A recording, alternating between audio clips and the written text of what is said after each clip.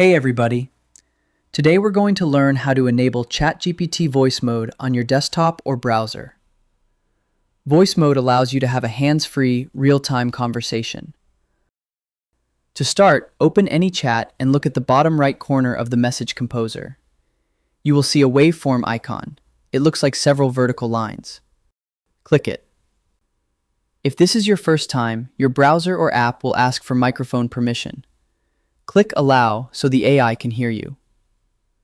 Once active, a blue orb or waveform visualizer will appear on the screen. This indicates you are in advanced voice mode. You can now speak naturally, and the AI will respond instantly with a lifelike voice.